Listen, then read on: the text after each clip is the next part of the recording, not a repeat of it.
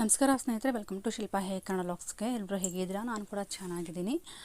ಸುಮಾರು ದಿನದಿಂದ ಒಬ್ಬರು ಕಮೆಂಟ್ ಹಾಕಿದ್ರು, ಅದು ಇವತ್ತು ಬಲಾತ್ಕಾರ ಬಂದು ಅಂತ ಅನ್ಕೋಬೋದು ವಿಡಿಯೋಗೆ. ಏನಂತ ಕಮೆಂಟ್ ಹಾಕಿದ್ರಪ್ಪ ಅಂತಂದರೆ, ಬಟ್ಟೆ ವ್ಯಾಪಾರದ ಬಗ್ಗೆ ಸ್ವಲ್ಪ ಮಾಹಿತಿ ಕೊಡಿ ಅಂತ. ಬಟ್ ಈ ಒಂದು ವಿಡಿಯೋನ ಅವರು ನೋಡ್ತಾರೆಲ್ಲ ಗೊತ್ತಿಲ್ಲ, ಯಾಕಂದರೆ ತುಂಬ ದಿನಗಳೇ ಆಯಿತು ಅವ್ರು ಕೇಳಿ. ಇನ್ನು ಈ ಒಂದು ವಿಡಿಯೋನ ನೋಡೋರಿಗಾದ್ರೂ ಉಪಯೋಗ ಆಗಲಿ, ಜೊತೆಗೆ ಯಾರೆಲ್ಲ ಬಟ್ಟೆನ ಬಿಸ್ನೆಸ್ ಮಾಡಬೇಕು ಅಂತ ಅಂದ್ಕೊಂಡಿದ್ದೀರಾ ಅವರಿಗೆ ಸ್ವಲ್ಪ ಉಪಯೋಗ ಆಗಲಿ. ಕೆಲವೊಂದಷ್ಟು ಮಾಹಿತಿಗಳಿದ್ದಾವೆ ಸ್ನೇಹಿತರೆ. ಬಟ್ಟೆನ ವ್ಯಾಪಾರ ಮಾಡುವಾಗ ನಾವೊಂದಿಷ್ಟು ಟಿಪ್ಸ್ಗಳನ್ನ ಫಾಲೋ ಮಾಡಬೇಕಾಗುತ್ತೆ. ಏನಪ್ಪ ಟಿಪ್ಸು ಅಂತ ಹೇಳೋದಾದರೆ, ಬಟ್ಟೆನ ನಾವು ಹೋಲ್ಸೇಲ್ ರೇಟಲ್ಲೇ ತಂದುಬಿಟ್ಟು ನಾವು ಸೇಲ್ ಮಾಡ್ತೀವಿ.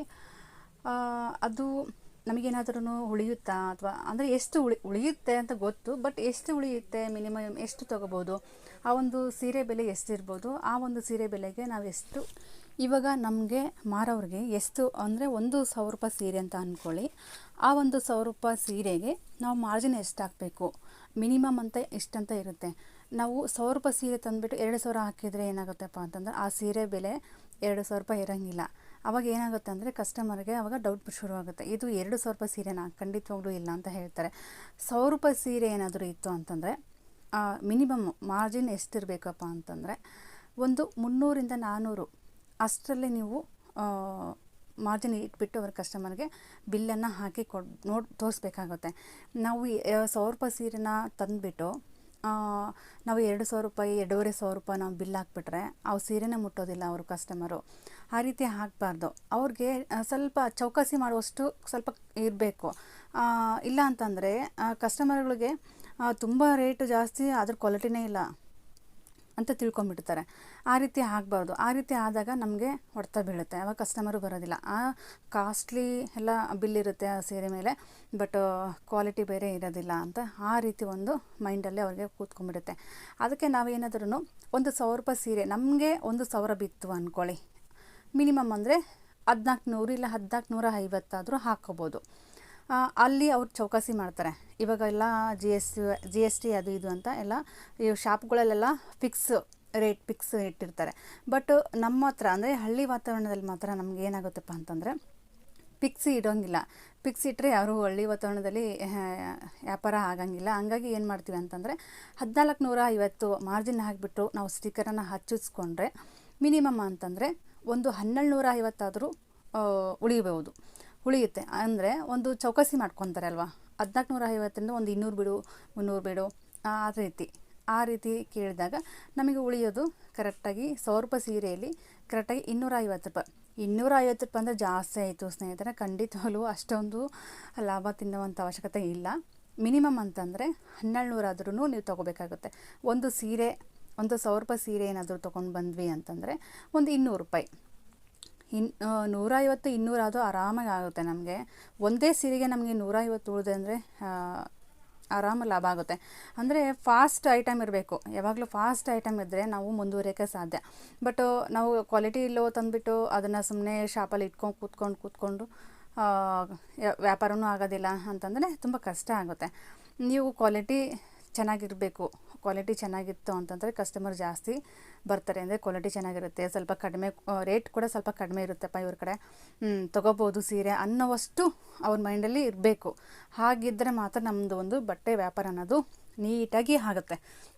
ಇಲ್ಲಿ ನೋಡ್ತಾ ಇರ್ಬೋದು, ನಾನು ಪಾಲ್ಸು ಕೊಟ್ಟಿದ್ದೆ. ಅಂದರೆ ಪಾಲ್ಸು ಅಂದರೆ ನಾನು ಟೈಲರಿಂಗ್ ಮಾಡ್ತೀನಲ್ವ, ಈ ಒಂದು ತಿಂಗಳ ಹಿಂದೆಯೇ ಒಂದಿಷ್ಟು ಪಾಲ್ಸ್ಗಳನ್ನು ತೊಗೊಂಡು ಬಂದಿದ್ದೆ ಸ್ನೇಹಿತರೆ.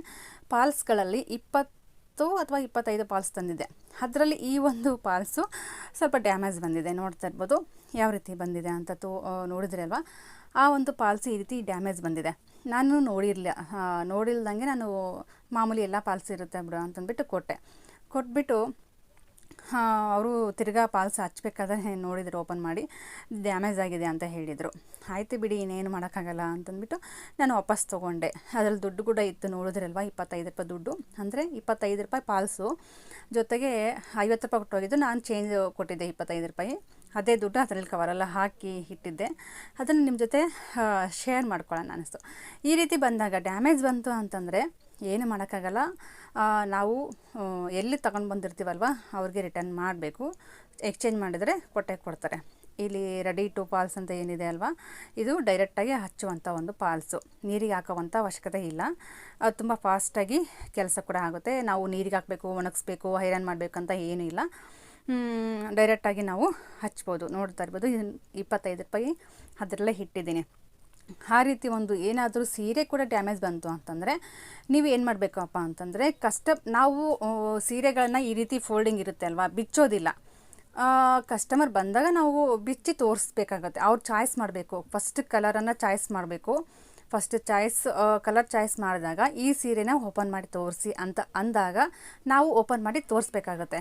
ಒಂದು ವೇಳೆ ಅವ್ರು ತೋರಿಸಿಲ್ಲ, ಒಂದು ವೇಳೆ ಅವ್ರ ಕಸ್ಟಮರ್ ಕೇಳಿಲ್ಲ ಅಂದರೂ ಕೂಡ ನಾವು ಬಿಚ್ಚಿ ತೋರಿಸ್ಬೇಕಾಗುತ್ತೆ.